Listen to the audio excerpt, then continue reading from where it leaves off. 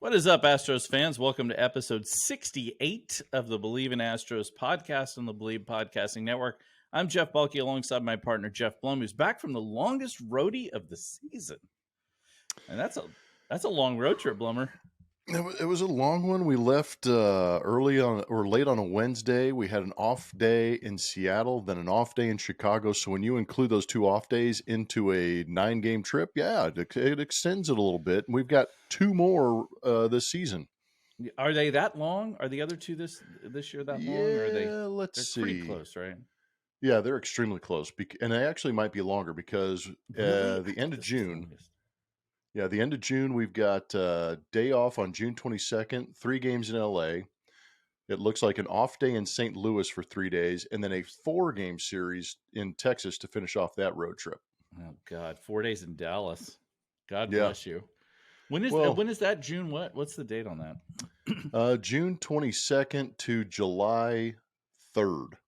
Oh, man. Holy moly. And then you come out of the All-Star break with another 3, 4, 5, 9-game trip on the West Coast. Holy Lord. I may come up to that. I may come up to that Dallas game. I may come up there and see Mimic May Park for myself. Break up the monotony for me. I think I'm going to do it. I think I'm doing that. Hey, I'll take you to my cousin's restaurant. I was going to say, damn well better. Yeah, we'll hit that restaurant. That's what I'm going to do. I'm going to do that. It's good. I'm putting that on the calendar. Got to pay your friendship dues. That's exactly right. So I know more birthdays, obviously, but I'd be remiss in not mentioning the fact that this Thursday is my father-in-law, Alan Matiso's 86th. And, he is a massive, massive baseball fan. And my good friend, Katya Horner, who's a huge friend of the show and is always sending me cool stats and has been an Astros fan forever, her birthday's Saturday. So a lot of good birthdays in the few weeks here. Yeah, absolutely. Also, I'm wearing my Rockets hat today because today is hashtag Pray for Victor.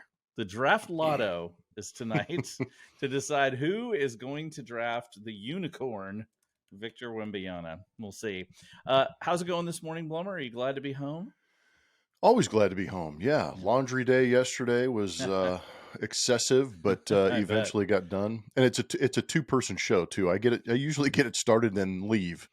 And my wife, as gracious and amazing as she is, gets it done for me. So when I came home, I had a closet full of clean clothes, and the suitcases were away, and it felt like home. Nice. My wife and I are very good about splitting duties with things. We each have our things that we hate, and we each have our things that we're more than happy to do. So we're pretty good about dividing those things. That's what you got to do if you're in a healthy relationship. You got to divide and conquer. Yes, appreciate that very much. So that's awesome. Absolutely. You can find us on Spotify, Apple, Stitcher, and of course YouTube. Be sure to like and subscribe to keep up with us. Follow us on Twitter at Believe in Astros. Also on Instagram, you can find me at Geoff Balke, Blummer at Blummer27, all over the place. And you can subscribe to our YouTube channel. Got to be alerted to those new videos. There's always something of interest for everybody on that thing. Thanks to everyone who's given us 5 stars and left reviews on Apple. Please continue to do so. I'm not saying, again, that you create fake emails for this. I'm just saying go ahead and create a fake email. That's what I'm asking you to do. It's circumventing the system, but, sometimes you got to game things. That's all I'm saying. And please keep sending us comments and questions. Got a couple today that we'll dig into in a bit. But my question for the day is, was that side eye from Aaron Judge anything? Jeez, man. Did you catch that? This is the world of conspiracy theories in which we live, Blummer. Yeah, and I mean, and now we have cameras everywhere. And I remember back in 2017, I believe it was the ALCS against the Yankees, and Aaron Judge had that piece of paper. He was showing somebody in the dugout, and quickly the camera pans to the dugout, and he's like, "Oh my God!" He turns away. So there, you just mentioned it, gamesmanship. The multiple emails or the multiple peaks, whatever it is. The only thing that I can say about that, I don't know where he was looking. I honestly have no idea, but I know that it was on the catcher. When I always do it. I have that voice where I go, back in my day, we used to, Yeah. If somebody, if the catchers were usually keen to that. They, every once in a while when they were before pitch com, they'd put their hand in their crotch, give the sign to the pitcher, and then they'd kind of peek up at the hitter to make sure that the hitter wasn't peeking at them. But now that you have pitch com, I'm kind of like, what is he looking at? Why is he looking? And the only thing would be, I don't know. Somebody said something from the dugout and he kind of glanced over, but how are they getting this? How is anybody getting the signs these days? The only thing you can pick up is location, if the catcher sets up early enough. So I don't know. I mean, is there something there? I don't know. I have no idea. I'm just, me, man, I'm not a fan of conspiracy theories as a general rule. And frankly, if he looks over at the dugout, what do I care? If ultimately, now, in fairness, he did hit a home run during that at bats. But I mean, listen, man, everybody's trying to get an edge, right? Yeah. And as much as I dislike the Yankees, whatever. I mean, honestly, they were using the center field camera from the Yes Network before the Astros were doing anything. So whatever. And remember the whole, was it the iPad scandal or iPhones or whatever the hell it was? The Apple Watch from Boston. Apple Watch in Boston. There you go. Well, whatever. Sometimes people, look, sometimes you get caught and sometimes you don't. And that's just part of the, or sometimes you get scapegoated, whatever. Correct. That is correct. Thank you, John. Because we know the Yankees aren't going to get popped for anything. No, of course not. I mean, again, who cares? Just let them. Who cares? Well, what is you always say, Blummer? What is it? That's what it is. Hey, play the game. That's right. Play the game. So before we dig in too much, I want to tell you a kind of a weird story. So I bought an e-bike for myself. Now, an electric bike. I have a great mountain bike. I love to ride it. But I wanted something where I could commute a little bit for like groceries and go to the gym and, something where I wasn't going to like totally wear myself out on a 20-mile round trip. And it's been great. I love it. Shout out to Pedigo in the Heights. They're awesome. But when I bought this bike, I got a deal on it because they lent it out to police officers to ride in parades. And so they gave me this incredible deal on it because it had, maybe 150 miles already on it or something. But here's the weird part. The battery for this thing is signed by Craig Biggio. Now, I do not know why the battery was signed by Craig Biggio, but apparently he is a big customer of theirs. Like, he's bought a number of bikes from them. What? And for some reason, he signed the battery to so I'm riding around on this bike now. Dude, I'm eBaying that in 30 seconds, man. I know. That's the first thing I thought was, man, maybe I could get something for this battery for an e-bike. There is somebody out there that will overpay for that. I guarantee it. So I'm rolling around Houston on my e-bike with my Craig Biggio autograph battery. Anyway, it's just I just thought it was so bizarre that I'm like, a Biggio signed my. All right, I think maybe you got to call it your Biggie bike. We should just get Bidge on the show just to talk about that. That should be his only conversation. Never mind Explain baseball. This. Let's talk about your e-bike autograph.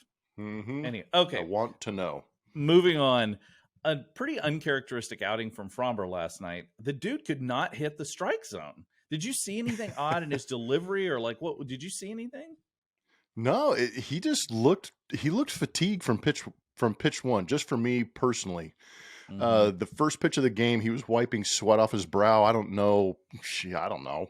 It was just an oddity, and the most obvious thing, and me being a color analyst on the broadcast, I cannot stand up there with my headset on and expect to retain any form of dignity by saying, "Oh, it's because he's not wearing his blue jersey." Oh, I know. so everybody on social media, I appreciate you pointing that out, but I can't stand there and go, "Well, TK, it's because he does not have the standard blue jersey that he likes to wear." There's other factors in there. I know, I know guys are superstitious and all, but come on. Yeah, right. And what's crazy is that the two non-quality starts he has this season, one was the Space City uniform last night. The other was the opening day gold jersey that he had to wear. So, conspiracy theories, run with that. But as far as actual analysis, I cannot use that. The sinker wasn't running. It ran, the one home run he gave up was a cutter that flattened out, and a couple of double the other way to Patrick Wisdom. It was just a two-seamer that ran back over the middle part of the plate.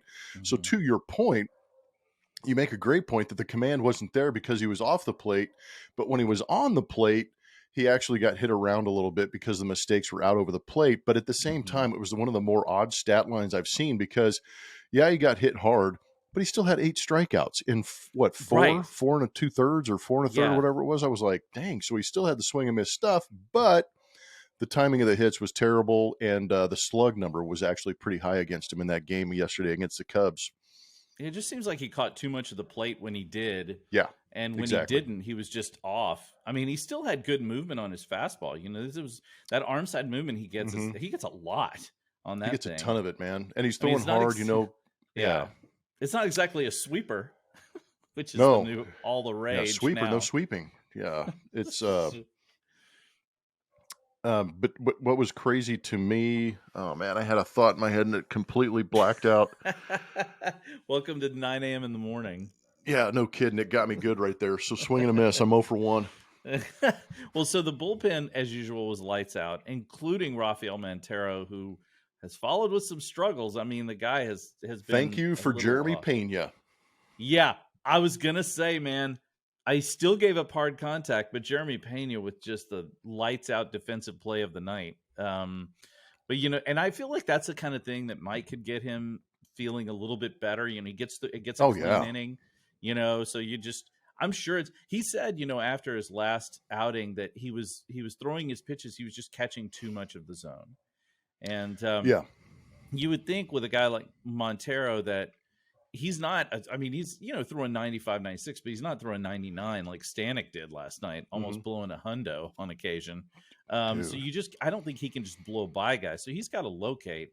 And when he locates, like he really does a good job. But when he does locate, he can dot a corner as good as anybody. But, you know, thanks to Jeremy Pena for saving that. And the rest of the bullpen, just as usual, just, you know, lights out. Yeah, you know what's cool is I actually thought Phil Maton was going to come in for another inning, but he threw 1 inning, gave it to Seth Martinez. How good has Seth Martinez looked, by the way? His last 5 or 6 outings, I believe, have been scoreless. He kind of it looks like he's made a little bit of an adjustment to that delivery, and the ball's coming out of his hand a lot better. And like you said, Stanek looked amazing. Neris has been pitching really well too. His numbers continue to drop. And, you know, I want to, you know, there was a great article in The Athletic talking about Rafael Montero because his peripherals are actually better than the actual numbers.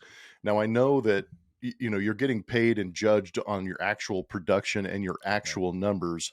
But if you go, you can actually see if a guy is pitching into bad luck or not. And, you know, the expected batting average against Montero is incredibly low. I think around 215. The expected slugging is very low against him, yet the actual numbers are extremely high because of the soft contact. So his ERA at 6.5, he probably has a FIP, I think, around 3.5. So there's a big difference in that. And eventually by the end of the season, you hope that evens out. But a lot of it's because of the soft contact, bad luck, ball finding a hole. But last night he got some good luck in having Jeremy Pena make a good play behind him. And what a luxury for Dusty Baker, you know, on a night where he expected Framber Valdez to go his standard 6 to 7 innings. He got good coverage from 5 guys out of that bullpen who did a great job without their 2 best relievers, I believe, in Abreu and Presley. I thought it was a great game. Good team win.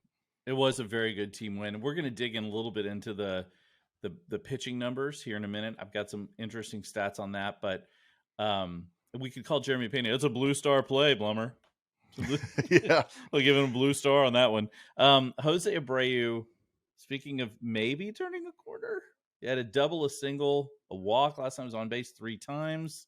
Some slug. We got a slug number. I know. Unbelievable. Can we glean anything from this? I mean, I just can't believe that Jose Abreu is going to go an entire season, you know, hitting this poorly, slugging this poorly. I mean, the whole team's kind of doing it, but I just can't imagine he's going to do that. No, you can't imagine he can do that. He's going to do that because his track record is so good. And you just hope that, you know, even with an age regression, he should still be a very good hitter because he's just a talented baseball player. Now, at the same time, we haven't seen him turn on a baseball. So I was kind of fascinated that he actually pulled that double to the left center field side. So maybe that's a sign of things to come. And the one thing that really shocked me is the Chandler Rome tweet that said that he has one home run in his last 400 plate appearances. That's a staggering number, because that's just huge. over a half season for some of these guys. Wow, I didn't see that. That is an incredible number. Yeah, that one like stunned me, because I'm sitting, I'm watching Abreu. He's fighting, he's making adjustments, he's doing things, and he's got, he's fifth or sixth in career home runs for the Chicago White Sox organization. Yet Chandler dropped that bomb, and I went, oh, yikes! That's a painful stat. That's not a good one. I don't care for that one at all. Although in good news, Yainer Diaz with his first big league homer, and he gets the silent treatment in the dugout. Did you ever get the silent treatment, Blummer? No, I wasn't cool enough. Nobody cared about me. Oh, come on.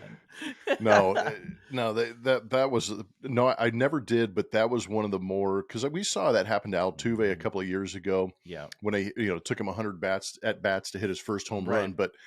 With Yainer Diaz, that was so well executed, top to bottom, that how do you not enjoy that? That was fascinating. It was enjoyable. I laughed wholeheartedly at that, and I thought that was really well done. It was a lot of fun to watch. It was super fun to watch, and just what a great moment for that kid too, to be able to go out. And he'll never forget that. No, it's so great when you're recognized by your teammates in that way, and they recognize how important that moment is, and that was just super cool. Also, is JP France for real? I mean, yeah. Is he? What is going on with Fu Manchu? Like, yeah, Fu Man strikeout. His fastball plays. There's something going on, and the more he pitches, the more data we're going to get, and the more we're going to be able to unpack what he's actually able to go out and do. But 93 to 94 seems to play, and maybe he's one of those guys that has that late life on his fastball, like a Christian Javier. But this guy's going out, and never underestimate the guy who's grinding away for 6 to 8 years in the minor leagues. Right. These guys create. The reason they stick around is because they adjust, they adapt, they grind. But for whatever reason, JP France has gone out there and kind of, he's kind of manipulated that strike zone and worked extremely hard to have two very, very good starts to start his big league career. Yeah, it's been kind of remarkable that he's been able to hold it down. Brandon Belak had a good outing. This is kind of what the Astros have to have right now. That and their bullpen, while they're waiting around for guys. No, you need some guys to hold their ground a little bit. But I think what Belak and JP France have done is done more than hold their ground. They've actually kind of given you some sense that, oh damn, even though July 31st is coming, what if we can hold down the place for a little while until some of these guys get healthy? I don't know, man, because Lance McCullers is going to be hopefully coming back here relatively soon, because his arm looks good in some of the video that I've seen. But these guys have pitched themselves into viable options that maybe kind of take your hand away from that panic button a little bit for the time being. And I give them credit too. You talk about timing in baseball and who you're matching up against. They've matched up against the Seattle Mariners and the Chicago White Sox in those two starts. Those are two teams that are struggling offensively, and they've taken advantage of it. So you got to give them credit in that sense for taking advantage of key opportunities. Well, yeah, you still have to make your pitches, right? Absolutely. Still big league hitters, man. I don't care what anybody says. Yeah, you got to get up there and make your pitches, and that's just how it is. So Jose Altuve, a couple of rehab starts at Sugarland, sold out nights for Sugarland, good for the Space Cowboys. Now a couple of rehab starts in Corpus, back to old stomping grounds, I would imagine. And at Whataburger Field down there. I got to get down to a Hooks game, man. I just got to get down. That's there. That's a great stadium. I rehabbed there for a couple of games, and I had a blast. It was a great spot. I got to get down there. So here's the thing. He should be back next week. I mean, I don't think there's any reason to think that he's not going to be back, which is remarkable and fantastic. It's crazy. But what do we know about what's going on with Michael Brantley? Like the whole thing about it's like it's not a setback, but we're shutting him down and he's not hitting. Like what's going on? Do we know? I wish I knew. I'm not in that training room. I'm not in the meetings. I'm not Michael Brantley, obviously.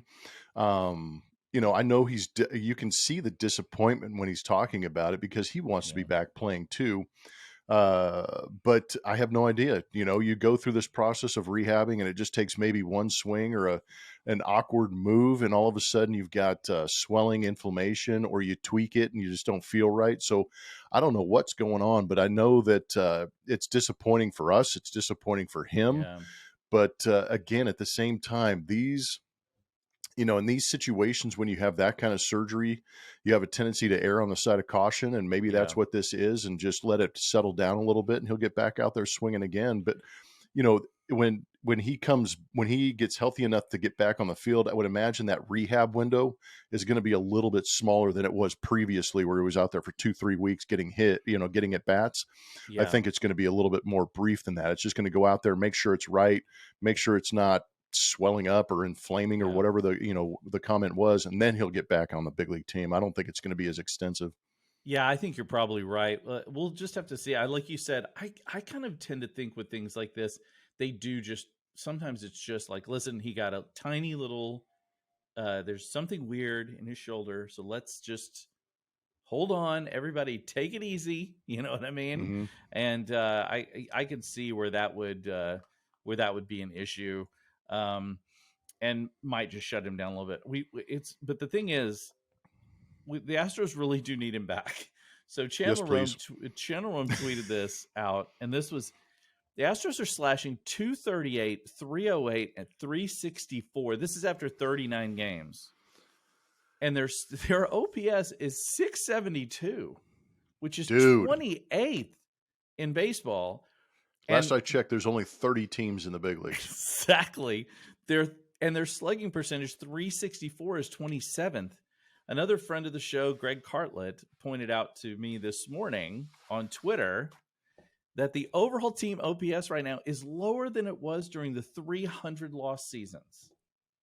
Ow. So, I mean, what Ow. the heck? I mean, Thank God for pitching. we'll talk about that. What is this collective thing that happens with baseball teams? It's so confusing to me. And I know a lot of fans. I've talked to people who are like, why is it that all of a sudden, everybody just can't hit? Like, what is that? Hitting is contagious, much like a lot of things. But at the same time, I want to ask you, is it collective? Is the slugging for the Astros, is it collective? Because Yordan is slugging 567. Kyle Tucker at 431. You've got Jeremy Pena at 427, Chaz at 442. Those are your leaders as far as slugging is concerned. Mauricio Dubon is at 372, and then you scroll down to an Alex Bregman who's at 346. So, I'm not trying to throw these guys under the bus, complain, rag, none of this. There's two guys that are expected to slug and are slugging. That's Kyle Tucker and Yordan Alvarez. The other guys you expect to slug are not. So I'm kind of in the camp of it's not a team-wide thing. There is a handful of you're an all-star. You're expected to produce. You've got the contracts. Your corner guys are expected to go out there and slug, and they're not. Yeah. Your corner guys in the outfield are. Your left fielder and right fielder are doing all of the damage, a majority of it. And then you're seeing Jeremy Pena with flashes of doubles and power. He's got that. But you're not seeing that consistent slug number from your corner infielders in Abreu and Bregman. And then you are missing a Jose Altuve. You are missing a Michael Brantley. So that's where I think the discrepancy is, because I'm not expecting, Chaz is putting up good numbers. Jake Myers is taking great at bats and great swings, but those aren't guys I'm expecting. I'm not expecting Martin Maldonado, Jake Myers, Chas McCormick, or Mauricio Dubon to go out there and do damage. But there are certain guys that we do expect that just aren't producing right now, unfortunately. And maybe they do, it turns around. Bregman hits a home run last night. Abreu hits a double. Maybe these things start to snowball and like crack the code of their swing, and all of a sudden they're off and being a juggernaut, and those numbers start to jump. Yeah, that's a really good point, Blummer, that there are guys who are doing fine, and then there are other guys who are doing. I think that might be part of it. Is there's a lot of above average guys. There's a handful of above average guys. Yeah, And a there's some bunch of separation. Yeah. and a bunch of below average guys, and it'll it breaks the curve. Like in Yeah. it's a curve buster for sure. And especially with Jordan too, because Jordan is so far and away so good this year. I mean, we don't listen. It's weird. It's a little weird that we don't really spend much time on here talking about Jordan, but also he's so good, and it's such a given that what do you even say? You're just like, yeah, well, I've run out of things to describe him. I don't know. it's just there's no way to describe him other than say he's just incredible. And Yeah. whenever there's a great player like him, and I said this about Justin Verlander, and I've said it about other players before, don't sleep on that if you're a fan, right? I remember growing up and watching Hakeem Olajuwon play from college all the way through the pros, and watching Craig Biggio and Jeff Bagwell play, and seeing Nolan Ryan pitch, and watching, Dr. J in basketball, and seeing like just incredible players one after the other. You don't want to sleep on that stuff because it's very fleeting. It goes real quick. And before you know it, these guys are not going to be out there doing this anymore. And then you're going to be like, man, remember when Cesar Cedeno was so great? Or remember, like back in my day, Exactly, right? Pull Yeah, that but out. appreciate it. Yes, appreciate what we're seeing from this guy because it is stunning. Now, speaking of stunning, Michael Schwab had a stat on pitching for the Astros, which I think is fascinating. Basically, what he did is he showed the team ERA, starter ERA, bullpen ERA, and the starters inning pitched for 2023 and for 2022. And the difference is marginal. Like the team ERA is 3.32 this year. It was 3.01 last year. Starters ERA 3.31 last year, 3.20. Bullpen 3.35 last year, 2.73. Number of innings pitched for starters 2.09 last year. At this time, that one surprised me. Right, 2.02. And this is the other perspective. The Astros don't have 4 of their starters from 2022. McCullers, Urquidy, Garcia, or Justin Verlander. And they've got 2 rookies in Hunter Brown and JP France pitching. And they've still gone more innings than last year. I mean, I don't know what to say about that other than, my goodness, their pitching staff coaching has got to, it's off the charts. Look at what they're doing. Yeah, and what surprises me is a guy like JP France getting into that 5th or 6th inning, because in the minor leagues, they're not taxing those guys. Right. They're piggybacking them because they've got, 5 or 6 starters down there. They all want them to get starts, but they also want to get innings and pitch numbers up. But at the same time, you're limited to 85 total pitches. You're only pitching 5 innings. There's some limitations in the minor leagues. So I appreciate what JP France has actually done, because coming out of the minor leagues and 5 or 6 starts, he wasn't really stretched out to the extent, but yet he's been hyper efficient, getting into the 6th inning against the Chicago White Sox, going a solid 5 after a rough inning, first inning in Seattle. So I really appreciate what they're doing, but at the same time, it's amazing to know that the expectation for an Astros starter is to go 6 minimum. That's the mentality when you dig into the rubber. That first inning of a ball game is, I am going 6. And that's where I think Josh Miller deserves a little credit. Bill Murphy out there in the bullpen. Those guys deserve a lot of credit for creating that mentality and creating that opportunity and creating that expectation that in this modern day of analytics doesn't lend itself to extended outings for starters like that.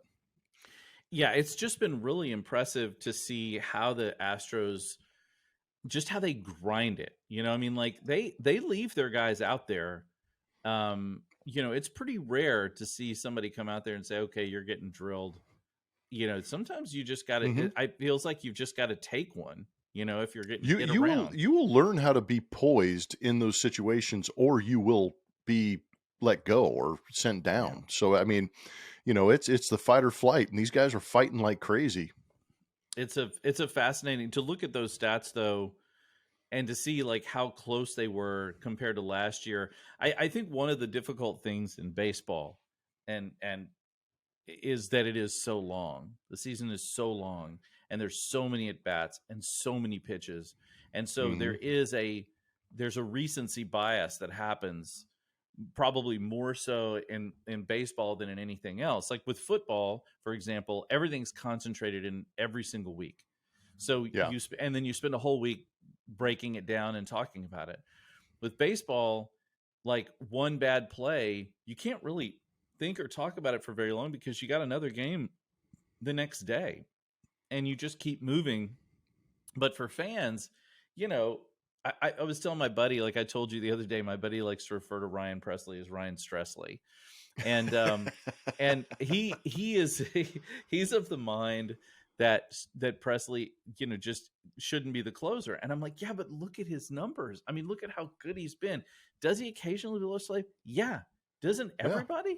Like he's not Mariano Rivera in his prime, but that's who is, you know? Yeah, So seriously, when you find him, sign him up. exactly. So it's hard though because when you're watching in baseball, it's just so many games and just so like the constant like you know pressure of all of that is just it's Mm-hmm. overwhelming and it's hard to be patient. Well, it's hard to be patient, and then you can dig yourself a hole in a hurry too because Yeah, you are playing every day. You know, you can turn an 0 for 4 into an 0 for 20 in about 6 or 7 games, and all of a sudden you're going, man, I got a hole to dig out of. Or if you're a reliever, you give up that 1-2 spot or 3 spot in an inning, and all of a sudden you see your ERA jump like a Rafael Montero, and you're looking at the rest of the season going, damn, I gotta go out there and go shutty the rest of the way to get my numbers down to where I want them. right. But I also think there is a benefit to knowing that, if you do have a blow up game, you have a little bit shorter term memory because you got to turn right around and prepare for that next start Yep. or that next at bat or that next game. So, it's kind of interesting. But yeah, when you compare, a 162 game season to an 18 game season, every one NFL game is 9 Major League Baseball games, if you think Wow, that's about it. unbelievable. It's like 3 series. Yeah, It's exactly, crazy. man. Let me ask you this, Blummer, like how much do guys, I mean, I'm sure obviously it's different for everybody, but like how much do guys look at those numbers and think things like that? Like, crap, I've got to get these numbers back. I mean, do guys think about that much? I no, not in the big term, like in the big, not that they don't look at it from that 40,000, foot level. They look a little Right. bit lower. One of the best pieces of advice I got from somebody was just take it every go every 10 at bats, because then you're thinking, oh, I just got to get 3 hits, and it kind of limits the imagination of, man, if I don't get those 3 hits, what do I do? But you have 10 at bats to go out there and get three hits. And if you get 2, you're hitting 200. What do I do the next 10? Go out there and get a couple more. I'll be all right. So you try and limit it.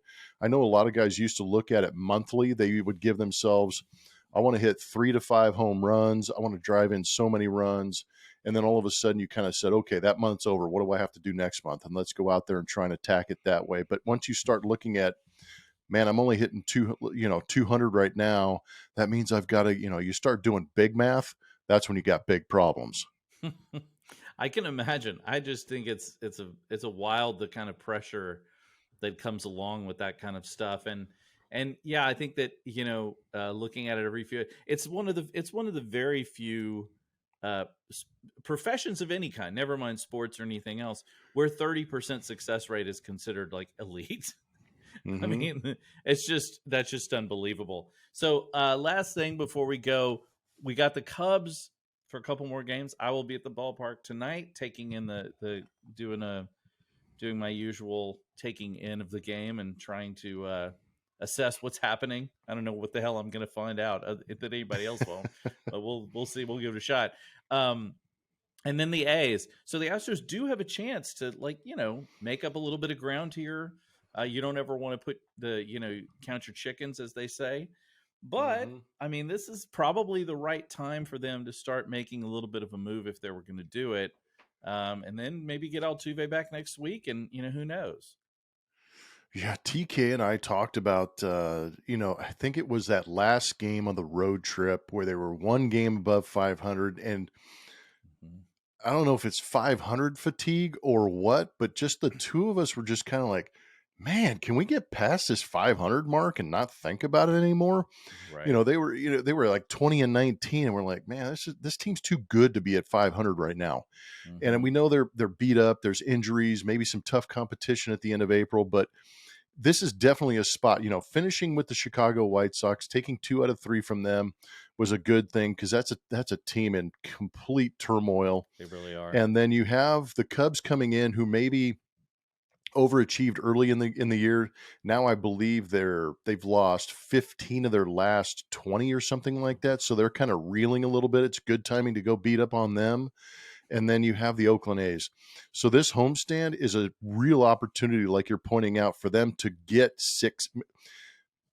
Selfishly, I want them to be 6 or 7 games above No, 500. same. Yeah, because I think that's the expectation. You can't go into that as a ball player, but you and I not playing now, we look at this and we're going, dude, you got to go out and beat these teams.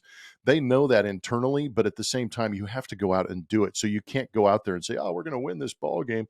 You got to go out there, pad your stats, get your numbers, pound on some, get your pound of flesh from the Oakland A's and bury these guys, and get up there against the Texas Rangers and say, we're here again. This is the American League West, and we're the Houston Astros. We're here again, and we'll be ready to go out there and play for you. But it would be a real confidence boost.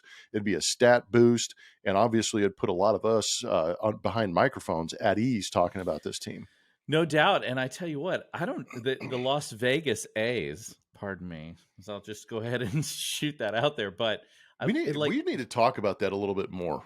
God, someday. We're going to bring that up on a future podcast, because the crazy thing about the Vegas thing is how ridiculously weird the whole process is.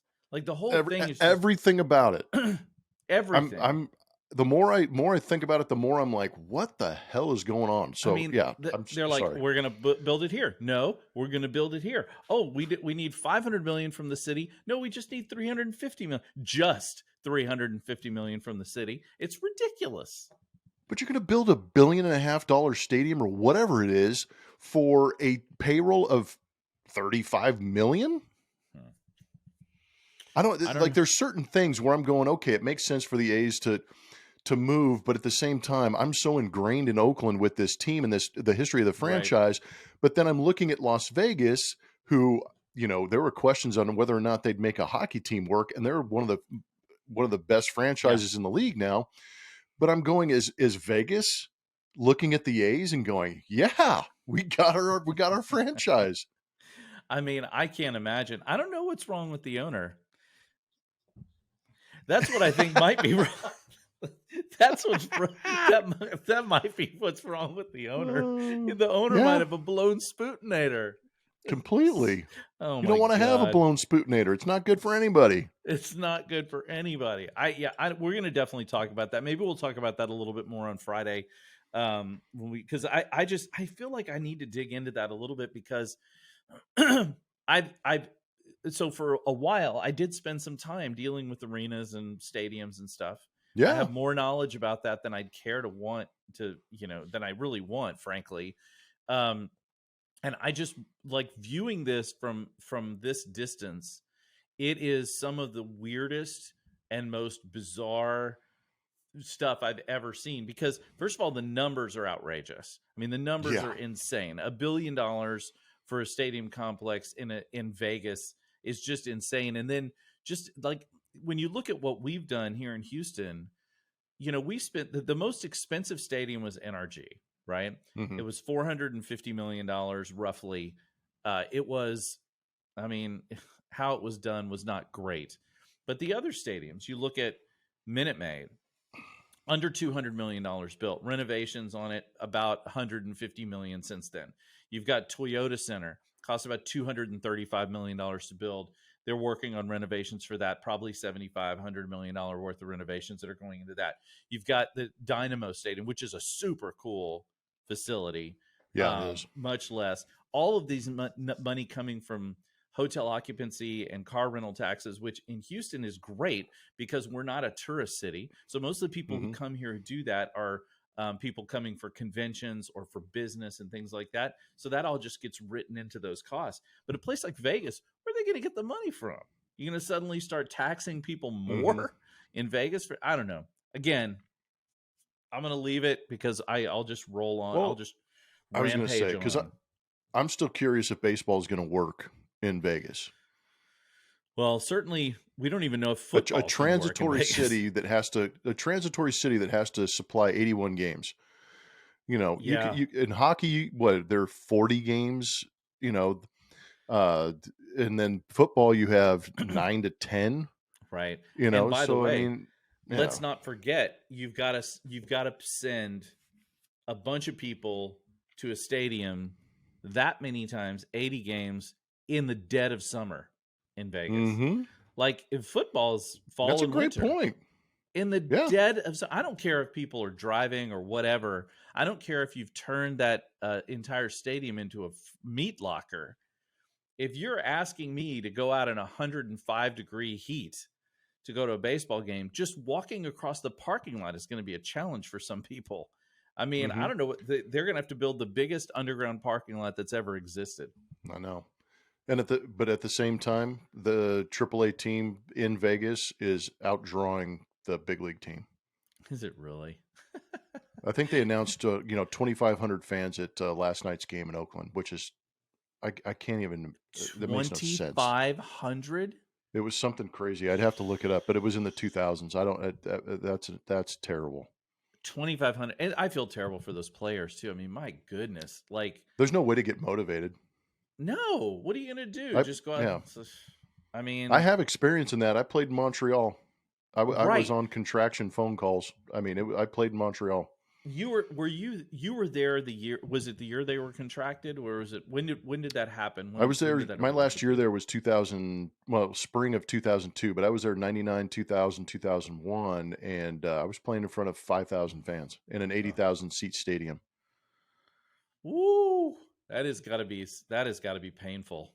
I mean, look, as a musician who's played some gigs in front of nobody, let me tell you something. Yeah, that's similar. There is nothing less motivating than playing to one drunk guy. I'm telling you, it is a punishment. Frankly, it is just like at that point, you really do have to do whatever you're doing for yourself. You can't do it for anybody else. Every bit of motivation, every bit of desire has to come from within. You can't draw anything from anybody else at that point. It really, no, you're not. You're not playing externally. You're playing internally. Right. It separates the men from the boys on that one, I would imagine. Because if you're good in that environment, if you go out there and you're able to be good in that environment, that says a lot about your character as an athlete. Because I mean, and frankly, who could blame anyone if they weren't? If just went out there. I mean, I can't say anything. Good Lord. All right. Well, Blummer, I'm sure I'll see you at the game this evening. I look forward to it. What is do you have any? I just dropped something. I jerked around like I was somebody shocked me. I dropped my wedding ring. It almost fell on the floor. I was pulling it off my finger for a second because I had an itch. I'm giving this explication about my ring, and it almost fell on the ground. And I tried to catch it, and I looked like a crazy person. If you're watching this on YouTube, if you're not, now you've heard all about it, and please ignore me. So, any final thoughts on the week coming up? Anything good going? Hey, what's happening outside of baseball? Are you going to play golf this week? You finally got some good weather. Yep. No, I'll be playing. Actually, we have a day off. Dude, if you're watching this on YouTube, check this out. Dear God, this right here. Your heat. This right here needs to get. Yeah, exactly. I need to go to the chop shop. So my day off will be spent trying to figure out what to do with this nest, and once I figure that out, you can laugh, dude. It's bad. Oh no! Well, look, mine's not great. I mean, this is not a really happy sight either. Yeah, we're in a bad place right now. I know. I got to get to my boy Tom to get as my grandfather used to say, get my ears lowered. Like, yep. I got to get in there because I'm with you. That's gonna. And by the way, I've been thinking about. I need to ask you off air sometime. I'm thinking of there's a driving range real close to my house, and I've been thinking about just getting a driver and going out there and hitting balls for nothing Whack more it. than Just get out there and pure whack it. aggression. Just Yep. pure aggression. Just get it out. It's not even a mile from my house. It's like a little Yep. tiny little place. They got it. All it is like a open field with a trailer. That's like There you go. Straight tin cup. Yeah, exactly. It's straight up tin cup. Exactly. 100%. All right, guys. Thanks for being with us today. We will be back on Friday with a fresh pod brought to you by Bet Online. Huge thanks to all you listeners and viewers who got to see our messy hair today. Look, it's pretty spectacular for both of us right now. Mine looks better than Robert Smith's from The Cure did when I saw them on Friday. But yeah, that guy was looking a little rough, man. The thing is, he sounded so incredible, Blummer. I got to tell you, that's all that matters. He sounded unbelievable. He looked like he had been dead for a week, but he sounded unbelievable. So it's like, so you guys are always great, liking and subscribing and commenting on everything. Super thankful for all of you. Keep it coming. Have a great rest, and as always, go Astros.